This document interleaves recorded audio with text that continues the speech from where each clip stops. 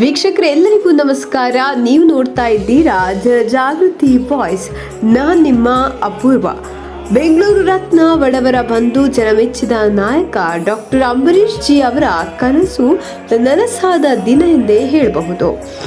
ಹೌದು ವೀಕ್ಷಕರೇ, ಇಂದು ನೋಡ್ತಾ ಇರೋದು ಶ್ರೀಮತಿ ಸಂಧ್ಯಾ ಶ್ರೀ ಅಂಬರೀಶ್ ಜಿ ಅವರ ಆಸೆಯಂತೆ ದಿನಾಂಕ 21/7/2024 ಭಾನುವಾರ ಬೆಳಿಗ್ಗೆ 9 ಗಂಟೆಗೆ ಕೇಶವಸ್ವಾಮಿ ದೇವಸ್ಥಾನದ ರಸ್ತೆ, ವಿಜಯಪುರ ಟೌನ್, ದೇವನಹಳ್ಳಿ ತಾಲೂಕಿನಲ್ಲಿ ಶ್ರೀ ಲಕ್ಷ್ಮೀ ನರಸಿಂಹ ಕನ್ವೆನ್ಷನ್ ಹಾಲ್ ಹಾಗೂ ಶ್ರೀ ಶಂಕರ ಸದನ ಸಭಾಂಗಣವನ್ನು ಉದ್ಘಾಟನೆ ಜೊತೆಗೆ ಶ್ರೀ ಲಕ್ಷ್ಮೀ ನರಸಿಂಹ ಕಲ್ಯಾಣೋತ್ಸವವನ್ನು ಹಮ್ಮಿಕೊಂಡಿದ್ದು, ಈ ಶುಭ ಸಮಾರಂಭಕ್ಕೆ ಮುಖ್ಯ ಅತಿಥಿಗಳಾದ ಕರ್ನಾಟಕ ವಿಧಾನಸಭೆ ಸದಸ್ಯರಾದ ಶ್ರೀ KH ಮುನಿಯಪ್ಪ ಅವರ ಆಗಮನದಿಂದ ದೀಪ ಬೆಳಗಲಾಯಿತು. ತದನಂತರ ಪೂಜಾ ಕಾರ್ಯಗಳನ್ನು ನಡೆಸಿ ಬಹಳ ಅದ್ದೂರಿಯಾಗಿ ಹಸನ್ಮುಖತನದಿಂದ ಡಾಕ್ಟರ್ ಅಂಬರೀಶ್ ಜಿ, ಶ್ರೀಮತಿ ಸಂಧ್ಯಾ ಮತ್ತು ಶ್ರೀಮತಿ ಸರಸ್ವತಿ, ಕೀರ್ತಿ ಜಿ ಶಂಕರ್ರಾವ್, ಶ್ರೀಮತಿ ಗಿರಿಜಾ, ಶ್ರೀ ಅನಂತಮೂರ್ತಿ ಗೋಂದಾಳ್ ಅವರ ಆಸೆಯಂತೆ ಲಕ್ಷ್ಮೀ ನರಸಿಂಹ ಕನ್ವೆನ್ಷನಲ್ ಹಾಗೂ ಶಂಕರ ಸದನ ಸಭಾಂಗಣವನ್ನು ಬಂಧು ಬಾಂಧವರ ಸಮ್ಮುಖದಲ್ಲಿ ಬಹಳ ವಿಜೃಂಭಣೆಯಿಂದ ಉದ್ಘಾಟನೆ ಮಾಡಲಾಯಿತು.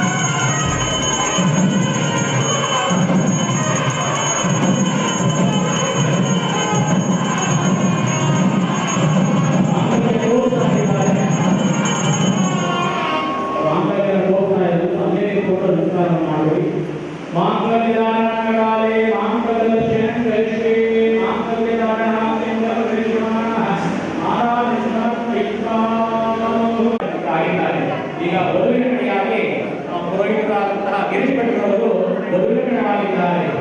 ಈಗ ನಿಶ್ಚಿತಾರ್ಥವಾಗ್ತಾ ಇದೆ. ನಿಮ್ಮ ಮನೆಯಲ್ಲಿ ಹೆಣ್ಣು ಮಗು ಇರ್ತಾ ಇದ್ದರೆ ಶ್ರೀದೇವಿಗೆ ಹೆಣ್ಣು ಮಗು ಇರುವುದಾಗಿರಬಹುದು. ಯಾರಿಗೆ ಗಂಡು ಮಗು ನಾರಾಯಣನಿಗೆ ಗಂಡು ಮಗು ಇರುವುದಾಗಿ ಹೇಳಿಕೊಂಡು ನೀವು ಸಹ ಹೇಳಿಕೊಂಡಂತದನ್ನ ಹೇಳ್ಕೊಬೇಕಾಗುತ್ತದೆ.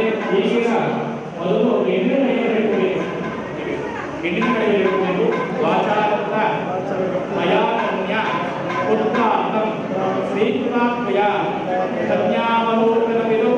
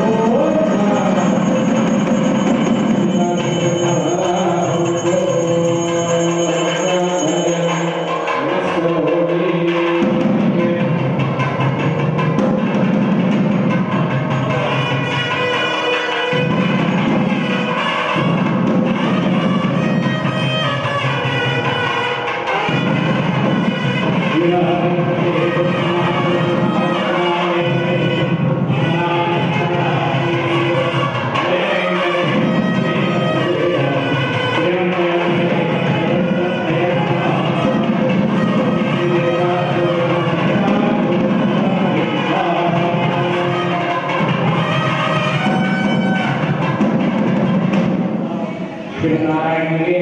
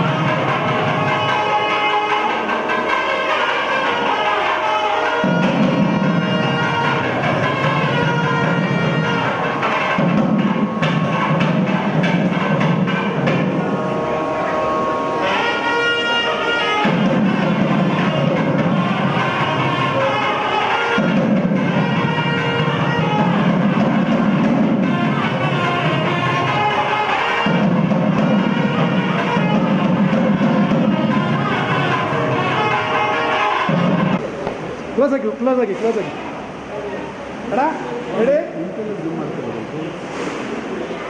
ಆ್ಯಂಗಲ್ ನೋಡ್ಬೇಕಲ್ಲ. Thank you. ಇವತ್ತು ಒಂದು ಜೀವನದಲ್ಲಿ ಸಂತೋಷದ ದಿನ, ಒಂದು ಕನಸು ನನಸೋದ ದಿನ. ಭಾಳ ವರ್ಷಗಳ ಕನಸಿದು ಇವತ್ತು ನೆರವೇರಿದೆ. ಭೂಮಿಗೆ ಬಂದಮೇಲೆ ಏನಾದರೂ ಒಂದು ನೆನಪಿರಂಗೆ ಮಾಡಿಬಿಟ್ಟು ಹೋಗ್ಬೇಕು. ನಮ್ಮ ತಂದೆಯವರು ಸುಮಾರು 2 ದೇವಸ್ಥಾನ ಮಾಡಿಟ್ಟು ಹೋಗ್ತಾರೆ ಅವರು. ನಮ್ದೇನಿಲ್ಲ, ನಾವು ಒಂದು ಕಲ್ಯಾಣ ಮಂಟಪ ಮಾಡಿಬಿಟ್ಟು ಇಟ್ಟೋಗೋಣ ಅಂತ ಮನಸ್ಸು ಮಾಡಿ ಕಲ್ಯಾಣ ಮಂಟಪ ಇವಾಗ ರೆಡಿ ಮಾಡಿ ಭೂಮಿಗೆ ಅರ್ಪಣೆ ಮಾಡಿದ್ದೀವಿ. ಸೊ ಇದು ಏನಂದರೆ ಯಾವುದೇ ಜಾತಿ ಮತ ಭೇದ ಇಲ್ದಿರ ಎಲ್ರಿಗೂ ಅನುಕೂಲ ಆಗೋ ಥರ ಕಡಿಮೆ ದರದಲ್ಲಿ ಕೊಡೋಣ ಅಂತೇಳ್ಬಿಟ್ಟು ಈ ಕಲ್ಯಾಣ ಮಂಟಪ ನಿರ್ಮಾಣ ಮಾಡಿರೋದು. ಸೊ ಎಲ್ಲರೂ ಈ ಸುತ್ತಮುತ್ತ ಗ್ರಾಮಸ್ಥರಿಗೆ ಅನುಕೂಲ ಆಗಲಿ ಅಂತ ಈ ಒಂದು ನನ್ನ ಸೇವೆ ಈ ಕೆಲಸ ಮಾಡ್ತಿದ್ದೀನಿ. ದೇವರು ಎಲ್ರಿಗೂ ಒಳ್ಳೇದು ಮಾಡಲಿ, ನಮಗೂ ಈ ಥರ ಮಾಡೋದಕ್ಕೆ ಶಕ್ತಿ ಕೊಟ್ಟಿದ್ದಾನೆ, ಮಾಡಿದ್ದಕ್ಕೆ ಅನುಕೂಲ ಆಗಲಿ ಅಂತ ದೇವರಲ್ಲಿ ಕೇಳ್ಕೊಂಡು 2 ಮಾತನ್ನು ನೆನೆಸ್ಕೊಳ್ತೀನಿ. ಇವತ್ತು ಒಂದು ಥರ ಜೀವನದಲ್ಲೇ ಒಂದು ಪುಣ್ಯದ ದಿನ ಅಂತ ಅನ್ಕೊಳ್ತೀನಿ. ಯಾಕೆಂದರೆ ಒಂದೊಂದು ದಿನ ಒಬ್ಬ ಮನುಷ್ಯನಿಗೆ ಒಂದು ಸುಖವಾದ ದಿನಗಳು ಕಂಡು ಬರ್ತವೆ, ಹಾಗೂ ದುಃಖಕರವಾದ್ದು ಸಹಿಸಕ್ಕಾಗದೇ ಇರುವಂಥದ್ದು ಬರುತ್ತೆ. ಸಹಿಸಕ್ಕಾಗದೇ ಇರತಕ್ಕಂಥ ದಿನಗಳನ್ನೆಲ್ಲ ಕಳೆದು ಸುಖದ ದಿನಗಳನ್ನು ನೋಡ್ದ ಅಂತಂದರೆ ನಮ್ಮ ಅಂಬರೀಷ. ಹೇಗೆ ಅಂದರೆ ಅವನಲ್ಲಿ ಸರಳತೆ, ಸಜ್ಜನಿಕೆ, ಉದಾರ ಭಾವನೆ, ಮನಃಶುದ್ಧಿ, ದೈವಭಕ್ತಿ ಸಂಸ್ಕೃತಿಬದ್ಧವಾಗಿದೆ.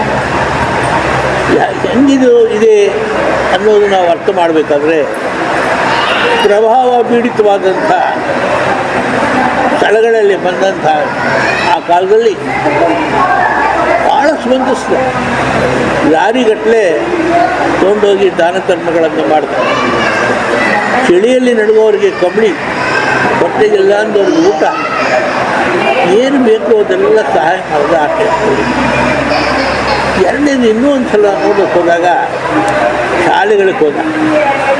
ಅಲ್ಲಿ ಪುಸ್ತಕಗಳು, ಅವರಿಗೆ ಬೇಕಾದಂಥ ಸೌಕರ್ಯ, ಮತ್ತು ಕೆಲವು ಶಾಲೆಗಳಿಗೆ ಬಟ್ಟೆಗಳು, ಇನ್ನೂ ಕೆಲವು ಕಡೆ ಹುಟ್ಟಿದಬ್ಬ ಇವೊಂದು ಅಂದರೆ ಅಥವಾ ಯಾವುದೋ ಒಂದು ಜಗಜೀವನ್ ರಾಮ್ದಾಗಲಿ ಅಥವಾ ಪ್ರೆಸಿಡೆಂಟ್ ರಾಧಾಕೃಷ್ಣನ್ದಾಗಲಿ ಅಥವಾ ಯಾವುದೋ ಒಂದು ಮಹನೀಯರು, ರಾಮಕೃಷ್ಣ ಪರಮಹಂಸ, ವಿವೇಕಾನಂದ ಇತ್ಯಾದಿ ಯಾರ್ದಾನ ಒಬ್ಬರದು ಜನ್ಮದಿನ ಬಂದಾಗ ಬಡ ಮಕ್ಕಳಿಗೆ ಅನ್ನ ಎಲ್ಲ ಹುಟ್ಟಿದಬ್ಬ ತಾನು ಆಚರಿಸ್ಕೊಳ್ಳೋದು ಕಮ್ಮಿ ಆದರೂ ದಾನ ಧರ್ಮಗಳಲ್ಲಿ ಇದನ್ನು ಆಚರಣೆ ಮಾಡ್ತಕ್ಕಂಥ ಬೇರೆಯವರಿಗೆ ಇದು ಆದರ್ಶಪ್ರಾಯವಾದಂಥದ್ದು, ದಾರ್ಶನಿಕವಾದಂಥದ್ದು. ತನ್ನ ಜನ್ಮದಿನವನ್ನು ತಾನೇ ಆಚರಿಸ್ಕೊಳ್ಳೋದಲ್ಲ, ಆ ಜನ್ಮದಿನವನ್ನು ಉಪಯೋಗ ಹೇಗೆ ಮಾಡ್ಕೋಬೇಕು ಅನ್ನೋದು ತೋರಿಸ್ಕೊಟ್ಟಂಥ ಒಂದು ಮಾರ್ಗದರ್ಶನ ಅಂಬರೀಷನಲ್ಲಿತ್ತು. ಅದೇ ರೀತಿ ನಡ್ಕೊಂಡು ಬಂದಿದ್ದಾರೆ. ಇಷ್ಟೆಲ್ಲ ಮಾಡ್ಕೊಂಡು ಬಂದಿದ್ದಕ್ಕೆ ಅವ್ರಿಗೊಂದು ಸ್ಥಾನಮಾನ ಗೌರವಗಳು ಹುಡುಕಿಸಿತ್ತು. ನಮ್ಮ ವಿಜಯವಾಣಿ ಪತ್ರಿಕೆಯವರು ಬೆಂಗಳೂರು ರತ್ನ ಅಂತೇಳಿ ಅವರಿಗೆ ಒಂದು ಪದವಿಯನ್ನು ಪ್ರೋತ್ಸಾಹಿಸಿ ಕೊಟ್ಟರು. ಇದಾದ ನಂತರ ಅನೇಕ ವಿಧದಲ್ಲಿ ಕೂಡ ಅವರು ಹೀಗೆ ಮುಂದುವರಿತಾ ಬರ್ತಾ ಇದ್ದಾರೆ. ಈಗ ಒಂದು ವಿಜಯಪುರ, ಇದು ಬೆಂಗಳೂರು ಗ್ರಾಮಾಂತರ ಪ್ರದೇಶ, ಅಲ್ಲಿ ಒಂದು ಕಲ್ಯಾಣ ಮಂಟಪ ನಿರ್ಮಾಣ ಮಾಡಬೇಕು ಅಂತ ಅವನಿಗೆ ಮನಸ್ಸಿಗೆ ಯಾವಾಗೂ ತವಕ ಇತ್ತು.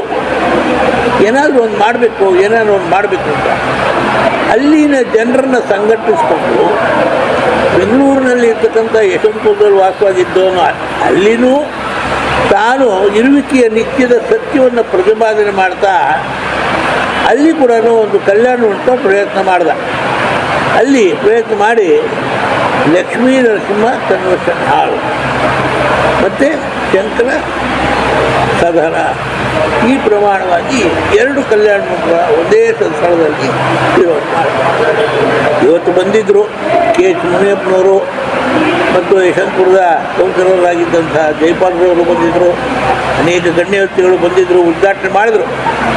ಆದರೆ ಇಲ್ಲಿ ಒಂದು ವಿಶೇಷ ಏನು ಅಂದರೆ, ಇಷ್ಟು ಸಣ್ಣ ವ್ಯಕ್ತಿ, ಇಷ್ಟು ದೊಡ್ಡ ವ್ಯಕ್ತಿ, ದೊಡ್ಡ ದೊಡ್ಡ ಕಾಂಟ್ರಾಕ್ಟ್ರುಗಳು, ದೊಡ್ಡ ದೊಡ್ಡ ಡ್ಯಾಮ್ಗಳು ಕಟ್ಟೋರು ಯಾರೂ ಕೂಡ ಸುಲಭವಾಗಿ ಒಂದು ಧರ್ಮಾರ್ಥವಾಗಿ ಒಂದು ಛತ್ರವನ್ನು ನಿರ್ಮಾಣ ಮಾಡಿ ಆ ಛತ್ರದಲ್ಲಿ ಬಡಬಗ್ಗರಿಗೆ ಉಪಯೋಗವಾಗುವಂಥ ಕೆಲಸ ಮಾಡ್ತಾ ಇದ್ದಾರೆ ಅಂದರೆ ನಿಜವಾಗೂ ಸಮಾಜ ಸೇವೆ ಯಾವ ರೀತಿ ಮಾಡಬೇಕು, ಸಮಾಜ ಸೇವೆಯಿಂದ ಜನಗಳಿಗೆ ಯಾವ ರೀತಿ ಉಪಯೋಗ ಆಗುತ್ತೆ ಅನ್ನೋದನ್ನು ತಿಳ್ಕೊಳ್ಬೇಕಾದ್ರೆ ನಿಜವಾಗೂ ಅಂಬರೀಷನ್ನು ನಾವು ಯಾವತ್ತೂ ಕೂಡ ಹಗಲು ರಾತ್ರಿ ನೆನೆಸಬೇಕಾಗ್ತದೆ.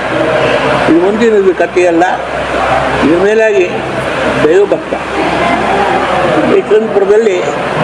ಯಶವಂತಪುರದಲ್ಲಿ ಇರ್ತಕ್ಕಂತಹ ಒಂದು ದಾರಿ ಆಂಜನೇಯ ಸ್ವಾಮಿ ದೇವಸ್ಥಾನ, ಅದಕ್ಕೆ ತಾನು ಧರ್ಮದರ್ಶಿಯಾಗಿ ಅಲ್ಲಿ ಒಂದು ದೊಡ್ಡ ಪ್ರಧಾನವಾದಂತಹ ಕೆಲಸ ಕಾರ್ಯಗಳನ್ನೆಲ್ಲ ಗ್ರಾಮೋತ್ಸವ, ಹನುಮಂತೋತ್ಸವ ಇವೆಲ್ಲ ಕೂಡ ಅದ್ದೂರಿ ವೈಭವದಿಂದ ಮಾತಾಡ್ತಾರೆ. ಈ ಹನುಮ ಜಯಂತಿ ಅಂತೂ ಯಶವಂತಪುರದಿಂದ ಶುರುವಾದರೆ ಮತ್ತಿಕೆರೆಯಿಂದ ಉತ್ಸವ ಬಂದು ಸಾವಿರಾರು ಜನ ಅವತ್ತೊಂದು ದಿವಸ ಪ್ರಸಾದ ತಿಂತಾಯಿದ್ದಾರೆ, ಉಪಯೋಗಿಸ್ತಾ ಇದ್ದಾರೆ, ಪಡಿತಾ ಇದ್ದಾರೆ. ಹಾಗೇನೆ ದೇವರ ಅನುಗ್ರಹವನ್ನು ಕೂಡ ಪಡಿತಾ ಇದ್ದಾರೆ. ಅಂಬರೀಷನಿಗೆ ಕಾಲಿಗೆ ನಮಸ್ಕಾರ ಮಾಡಿ ಆಶೀರ್ವಾದ ತಗೊಳ್ಳೋದಕ್ಕೆ ಭಾಳ ಜನ ಕಾದಿರ್ತಾರೆ. ಈ ರೀತಿ ನನ್ನ ಮಗ ಅಂತ ನನಗೆ ಹೇಳ್ಕೊಳ್ಳೋಕ್ಕೆ ಹೆಮ್ಮೆ ಆಗ್ತಾ ಇದೆ. ಹೀಗಾಗಿ ಇವತ್ತಿನ ದಿವಸ ಈ ಕಲ್ಯಾಣ ಮಂಟಪ, ಅಲ್ಲಿ ದಾರಿ ಆಂಜನೇಯ ದೇವಸ್ಥಾನ ಮತ್ತು ದಾರಿ ಆಂಜನೇಯ ಸಹಕಾರ ಸಂಘದ ಒಂದು ಸೊಸೈಟಿ 16 ಜನಕ್ಕೆ ಉಪಯೋಗ ಆಗುವಂಥ ಕೆಲಸ ಮಾಡಿದ್ರು. ಕೋವಿಡ್ ಬಂದಂಥ ಕಾಲದಲ್ಲಿ ಭಾಳ ಜನಕ್ಕೆ ಕೊಟ್ಟಂಥ ದುಡ್ಡು ಕಾಸುಗಳು ವಾಪಸ್ ಬರದೇ ಇದ್ರು ಕೂಡ ಭಾಳಷ್ಟು ಅದರ ಬಗ್ಗೆ ಚಿಂತನೆಯನ್ನು ಮಾಡ್ತೀರಾ ಇವತ್ತಿನ ಧೈರ್ಯಶೀಲನಾಗಿ ಇವತ್ತು ಮುಂದಿನ ಹೆಜ್ಜೆ ಇಟ್ಟು ನಮ್ಮ ಕರ್ನಾಟಕದ ಕನ್ನಡಿಗರ ಎದೆಯ ತಟ್ಟಿ ತಾನು ನಿಂತಿದ್ದಾನೆ ಅಂದರೆ ನನಗೆ ಹೆಮ್ಮೆ ಆಗ್ತಾಯಿದೆ. ನನ್ನ ಮಗನ ಜೀವನ ಆಯುಸ್ಸು ಆರೋಗ್ಯದಿಂದ ಸುಖವಾಗಿ ಬೆಳೆಯಲಿ, ಭಾರತದಲ್ಲಿ ಇವರು ಒಬ್ಬರು ಹೆಸರುವಾದಿಯಾದಂಥ ಮಾನ್ಯತೆಯನ್ನು ಪಡೆಯಲಿ ಅಂತ ನಾನು ಆಶೀರ್ವಾದ ಮಾಡ್ತೀನಿ. ಅಮೃತಗಳಿಗೆ ಏಕೆಂತಂದರೆ ಇವತ್ತು ಗುರುಪೂರ್ಣಿಮೆ. ನಾನು ಓದ್ಕೊಂಡು ಈಗ ತಾನೇ ಬಂದಿದ್ದೇನು ಅಂತಂದರೆ, ಬುದ್ಧನಿಗೆ ಜ್ಞಾನೋದಯ ಆಗಿ ಮೊಟ್ಟ ಮೊದಲ ಪಂಚಶೀಲ ಬೋಧನೆ ಮಾಡಿದಂಥ ಪವಿತ್ರವಾದ ದಿನ ಇದು. ಅಂಬರೀಷ್ ದಂಪತಿಗಳು, ಅವರ ಕುಟುಂಬ ಬಹಳ ದೊಡ್ಡ ದೈವ ಭಕ್ತ ಕುಟುಂಬ. ನಾಡಿನ ಕಲ್ಯಾಣಕ್ಕೆ, ದೇಶದ ಕಲ್ಯಾಣಕ್ಕೆ, ಕುಟುಂಬಗಳ ಕಲ್ಯಾಣಕ್ಕೆ ನಿಷ್ಕಲ್ಮಶವಾದಂಥ ಆಶೀರ್ವಾದ ಮಾಡ್ತಾ ಬಂದಿರ್ತಕ್ಕಂಥ ಅವರು. ಹಾಗಾಗಿ ಅವರ ಸಮೃದ್ಧಿ, ಇಡೀ ನಾಡಿನ ಸಮೃದ್ಧಿ, ನಮ್ಮೆಲ್ಲರ ಸಮೃದ್ಧಿ. ಈ ಒಂದು ಅಮೃತ ಗಳಿಗೆಗೆ ಇಲ್ಲೆಲ್ಲರೂ ಭಾಗವಹಿಸಿ ಎಲ್ಲರ ಆಶೀರ್ವಾದನ ಪಡೆದು ನಮಗೂ ಕೂಡ ದೇವರ ದರ್ಶನವನ್ನು ಮಾಡಿಸಿ ಈ ಒಂದು ಕೃತಾರ್ಥವಾದಂಥ ಸನ್ನಿವೇಶ ಸೃಷ್ಟಿ ಮಾಡಿದಂಥ ನಿಮಗೆ, ನಿಮ್ಮ ಕುಟುಂಬಕ್ಕೆ ಅನಂತ ಧನ್ಯವಾದಗಳು. ಭಗವಂತನ ಆಶೀರ್ವಾದ ಇಲ್ಲಿ ಬಂದಿರೋರಿಗೂ ನಿಮಗೂ ಎಲ್ಲರಿಗೂ ಸಿಗಲಿ ಅಂತೇಳಿ ನಮ್ಮ ಎಲ್ಲ ಅಭಿಮಾನಿಗಳು ಮತ್ತೊಮ್ಮೆ ನಮಸ್ಕಾರ ಸುಂದರವಾದ ಸಂದರ್ಭದಲ್ಲಿ ಅಮೃತ ಗಳಿಗೆಯಲ್ಲಿ ಶ್ರೀಯುತ ಅಂಬರೀಷ್ ಇದನ್ನು ಉದ್ಘಾಟನೆ ಮಾಡಿದ್ದಾರೆ. ಅದೊಂದು ತುಂಬ ದೊಡ್ಡ ಸಮುದಾಯದ ಮೌನ ಅಂತ ಹೇಳೋದಕ್ಕೆ ನಾನು ಇಷ್ಟಪಡ್ತೀನಿ. ಅನೇಕ ಬಡವರಿಗೆ ಮತ್ತು ಎಲ್ಲರಿಗೂ ಸಹ, ಹಿರಿಯರಿಗೂ ಕಿರಿಯರಿಗೂ ಪ್ರತಿಯೊಬ್ಬರಿಗೂ ಸಹ ಸಹಾಯ ಆಗ್ತಕ್ಕಂಥ ಸಮಾಜದ ಸೇವೆಯಿಂದ ಈ ನಿಟ್ಟಿನಿಂದ, ಈ ಕಾರ್ಯಕ್ರಮದಿಂದ ಮತ್ತು ಈ ದಿಶೆಯಿಂದ ಮುಂದುವರತಕ್ಕಂಥ ಶ್ರೀಯುತ ಅಂಬರೀಷ್ ಅವರಿಗೆ ತಾಯಿ ಭುವನೇಶ್ವರಿ ಆರೋಗ್ಯ ಐಶ್ವರ್ಯ ಎಲ್ಲವನ್ನೂ ಕೊಡಲಿ ಅಂತ ನಮ್ಮಲ್ಲಿ ಮತ್ತು ಎಲ್ಲರ ಪರವಾಗಿ ನಾನು ಕೇಳ್ತೀನಿ. ಭಾಳ ಮನಸ್ಸಿಗೆ ತುಂಬ ಒಳ್ಳೆ ಜನಕ್ಕೆ ಹೆಲ್ಪ್ ಮಾಡಲಿ, ಅದೇ ಥರ ಯಶಸ್ಸಿದೆ ಆಗಲಿ, ಒಳ್ಳೆಯದಾಗಲಿ ಆಗಲಿ, ಇವತ್ತು 21ನೇ ತಾರೀಕು ಗುರುಪೂರ್ಣಿಮೆ ಇರೋದರಿಂದ ನಮ್ಮ ಅಂಬರೀಷ್ ಅವರು ವಿಜಯಪುರದಲ್ಲಿ ಲಕ್ಷ್ಮೀ ನರಸಿಂಹ ಸ್ವಾಮಿ ಸಮುದಾಯ ಭವನವನ್ನು ನಮ್ಮ ಜನಗಳಿಗೋಸ್ಕರ ಇಲ್ಲಿ ಸುತ್ತಮುತ್ತ ಯಾವುದೇ ಸಮುದಾಯ ಭವನ ಇರಲಿಲ್ಲ. ಇದು ಸ್ಟಾಪ್ ಆಗಿಬಿಟ್ಟು ಆಲ್ಮೋಸ್ಟ್ ಒಂದು 2 ವರ್ಷ ಕರೋನಾ ಟೈಮಿಂದ ಇರಲಿಲ್ಲ. ಅವರ ಅಧ್ಯಕ್ಷತೆಯಲ್ಲಿ ಇವತ್ತು ಉದ್ಘಾಟನೆ ಆಗ್ತಾಯಿದೆ. ಇದು ತುಂಬ ಒಳ್ಳೆಯ ಸಂಗತಿ ಇದು. ಅದಲ್ಲದೆ ಇವತ್ತು ನಮ್ಮ ಅಂಬರೀಷ್ ಅವರು ಜನಗಳಿಗೆ ಆಲ್ಮೋಸ್ಟ್ ಸುಮಾರು ಜನಕ್ಕೆ ಗೊತ್ತು. ಬಡವರು ಅಂದರೆ ತುಂಬ ಸಹಾಯ ಮಾಡ್ತಾರೆ ಅವರು ಎಲ್ಲರಿಗೂ. ನಮ್ಮ ಫಿಲಮ್ ಆ್ಯಕ್ಟರ್ ಅಂಬರೀಷ್ ಹೇಗಿದ್ದರು, ಈ ಅಂಬರೀಷ್ ಅದೇ ಥರ ತುಂಬ ಕಷ್ಟದಲ್ಲಿದ್ದೀವಿ ಅಂತ ಬಂದವ್ರಿಗೆ ಕೈ ಎತ್ತಿ ಕೊಡೋದು, ಅದೊಂದು ತುಂಬ ಇದಿದೆ ಅಂಬರೀಷ್ ಅವ್ರ ಹತ್ರ. ಮತ್ತು ಇದು ಸುತ್ತಮುತ್ತಲ ಜನಗಳಿಗೂ ಈ ಸಮುದಾಯ ಎರಡು ಕನ್ವೆನ್ಷನ್ ಹಾಲ್ ಇದೆ. ಲಕ್ಷ್ಮೀ ನರಸಿಂಹ ಒಂದು, ಶಂಕರ ಸದನ ಅಂದ್ಬಿಟ್ಟು ಮೇಲ್ಗಡೆ ಒಂದಿದೆ. ಅಟ್ ಎ ಟೈಮ್ 2 ಮದುವೆಗಳು ಅಥವಾ ಏನೇ ಸಮಾರಂಭಗಳನ್ನ ಮಾಡ್ಬೋದು. ಮತ್ತು ಮೇಲ್ಗಡೆ ಒಂದು 3rd ಫ್ಲೋರಲ್ಲಿ ಒಂದು ಮಾಡ್ತಾ ಇದ್ದಾರೆ. ಅದು ನಮ್ಮ ಬ್ರಾಹ್ಮಣ ಸಮುದಾಯಕ್ಕೆ ಶ್ರಾದ್ದ ಮತ್ತು ಇತರ ಕಾರ್ಯಗಳಿಗೆ ಹೆಲ್ಪ್ ಆಗಲಿ ಅಂದ್ಬಿಟ್ಟು ಅದನ್ನು ದಯವಿಟ್ಟು ಎಲ್ಲರೂ ಉಪಯೋಗಿಸ್ಕೋಬೇಕು. ಮತ್ತು ಸುತ್ತಮುತ್ತ ಯಾವುದು ಇಲ್ಲದೇ ಇರೋದ್ರಿಂದ ಎಲ್ಲ ಜನಗಳು ಬಂದು ಇದನ್ನು ಸದುಪಯೋಗಿಸಿಕೊಂಡು ಅವ್ರಿಗೂ ಒಂದು ಒಳ್ಳೆಯ ಹೆಸರು ತಂದು ಯಾವುದೇ ಥರ ತುಂಬ ಕೀರ್ತಿ ಬರಲಿ ಅಂದ್ಬಿಟ್ಟು ನಾವು ಕೇಳ್ಕೊಡ್ತೀವಿ. ನಮಸ್ಕಾರ, ನನ್ನ ಹೆಸರು ಕೃಷ್ಣೇಗೌಡ. ನಾನು ಸುಮಾರು ಒಂದು 16-17 ವರ್ಷದಿಂದಲೂ ನಮ್ಮ ಗುರುಗಳ ಸೇವೆ ಹತ್ರ ಇರ್ತೀನಿ. ಅಂದರೆ ಅವರು ಏನೇ ಕೆಲಸ ಹೇಳಿದ್ರು ಅದನ್ನು ನಾನು ಮಾಡಿಕೊಂಡು ಅವರ ಪಾದದ ಹತ್ರ ನಾನು ಇದ್ಕೊಂಡು ಅವ್ರು ಯಾವ ಕೆಲಸ ಹೇಳಿದ್ರು ನಾನು ಮಾಡ್ಕೊಂಡಿದ್ದೀನಿ. ಅಂದರೆ ಸುಮ್ಮನೆ ಯಾರು ಏನು ಮಾಡೋಕ್ಕಾಗಲ್ಲ. ಏನಾದರೂ ಒಂದು ಉಪಯೋಗ ಇದ್ದರೆ ಮಾಡೋದು, ಉಪಯೋಗ ಇಲ್ಲದಿದ್ರೆ ಯಾರೂ ಮಾಡೋದಕ್ಕೆ ಸಾಧ್ಯನೇ ಇಲ್ಲ. ಸುಮ್ಮನೆ ನಾವು ಕೊಚ್ಕೋಬೋದು ಅಷ್ಟೇ, ನಾನು ಮಾಡಿದೆ ಅಂತ. ನಾನು ನಮ್ಮ ಸ್ವಾಮಿಯರ ಹತ್ರ ಸೇವೆ ಮಾಡ್ತಿರ್ತೀನಿ ಅಂತ ಸುಮ್ಮನೆ ಕೊಚ್ಕೋಬೇಕು ಅಷ್ಟೇ. ಅವರಿಂದ ನಮಗೆ ಹೆಂಗೋ ಹೇಳ್ತಾರೆ, ತುಂಬ ಸೊಪ್ಪು ಕೊಟ್ಬಿಟ್ಟು ತೊಗರಿ ಬೇಳೆ ಇಸ್ಕೊಂಡ್ರು ಅನ್ನಂಗೆ. ನಾನು ಸಣ್ಣದಾಗಿ ಸೇವೆ ಮಾಡಿ ಅವ್ರ ಹತ್ರ ದೊಡ್ಡ ಪುಣ್ಯನೇ ಪಡ್ಕೊಂಬಿಡ್ತಾ ಇದ್ದೀನಿ. ಅದು ನನ್ನ ಪುಣ್ಯನೋ ಅಥವಾ ನನ್ನ ಭಾಗ್ಯನೋ ಏನೋ ಗೊತ್ತಿಲ್ಲ. ಸುಮಾರು ಒಂದು 16-17 ವರ್ಷದಿಂದ ಅವ್ರ ಹತ್ರ ಇದ್ದೀನಿ. ಅವರು ನನ್ನನ್ನು ಕಡ್ಗಂಡು ಕಾಣ್ದಲೇ ತನ್ನ ಮನೆ ಮಗನ ಥರ ನೋಡ್ತಾ ಇದ್ದಾರೆ. ಸುಮಾರು ಕೊರೋನಾ ಬಂತು, ಆ ಟೈಮ್ನಲ್ಲಿ ಹೊರಗಡೆ ಹೋಗ್ಬೇಡಿ ಕೃಷ್ಣ ಹೊಡ್ರೆ, ನಮ್ಮ ಮನೆ ಹತ್ರನೇ ಬನ್ನಿ, ಇಲ್ಲೇ ಇರಿ, ನಿಮ್ಮ ಕೈಲಿ ಏನಾದರೂ ಒಂದು ಕೆಲಸ ಮಾಡಿ ಅನ್ನೋರು. ಯಾಕೆ ಅಂದರೆ ನನಗೂ ಕುಂತ್ಕೊಂಡು ಸುಮ್ಮನೆ ಹೋಗೋದಕ್ಕೆ ಸಮಾಧಾನ ಇಲ್ಲ.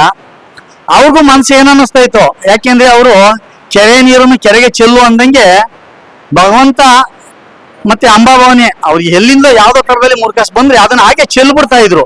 ಅದೇ ಥರ ನನಗೂ ಚೆಲ್ಲಿ ನನ್ನ ಸಂಸಾರ ಸಾಕೋದಕ್ಕೆ ಒಂದು ಜೀವನೋಪಾಯವಾಗಿ ನನಗೆ ಸುಮ್ಮನೆ ಒಂದು ನೆಪ ಮಾತ್ರಕ್ಕೆ ಜನ ನೋಡಲಿ ಅನ್ನೋ ಥರದಲ್ಲಿ ಕೂಲಿ ಥರ ಕೊಡೋರು. ಅದು ಕೂಲಿ ಅಲ್ಲ. ಅವರು ನಾನು ತಿಳ್ಕೊಂಡಿದ್ದೆ ಇವರು ಬೇರೆ ರೀತಿಲಿ ಕೊಡ್ತಾ ಇದ್ದಾರೆ. ನೋಡೋದಕ್ಕೆ ಆ ಥರ ಅನ್ಕೊಂತಾರೆ, ಮನಸ್ಸಿನೊಳಗೆ ಬೇರೆ ರೀತಿಲಿದೆ. ಅಂದರೆ ಒಂದು 40-45 ದಿವಸ ಅವ್ರ ಮನೆಯೊಳಗೆ ನನ್ನನ್ನು ಇಟ್ಕೊಂಡು ನನಗೆ ಊಟ ಕೊಟ್ಕೊಂಡು ನನಗೆ ಅವ್ರನ್ನೇ ಸಣ್ಣ ಪುಟ್ಟ ಕೆಲಸ ಮಾಡಿಸ್ಕೊಂಡು ನನ್ನ ಸಂಸಾರ ಸಾಕೋದಕ್ಕೆ ಅವರು ನನಗೆ ದಾರಿಯಾಗಿದ್ದರು. ಅದೇ ನಮ್ಮ ಅಂಬರೀಷ್ ಅಣ್ಣವರು ಅಷ್ಟೇ. ನನಗೆ ಯಾವುದೇ ಏನೇ ಆಗಿದ್ದುವೆ ಸುಮ್ಮನೆ ಏನಾದರೂ ಒಂದು ಸಣ್ಣದಾಗಿ ಹೇಳಿದ್ರು ಸಾಕು, ಬಿಡಿ ಕೃಷ್ಣ ಕೊಡ್ರೆ, ಅದ್ರ ಬಗ್ಗೆ ನೀವೇ ಚಿಂತೆ ಮಾಡ್ತೀರಾ, ಆಯ್ತು ಬಿಡಿ, ಆಗಲಿ ಬಿಡಿ ಅಂದ್ಕೊಂಡು.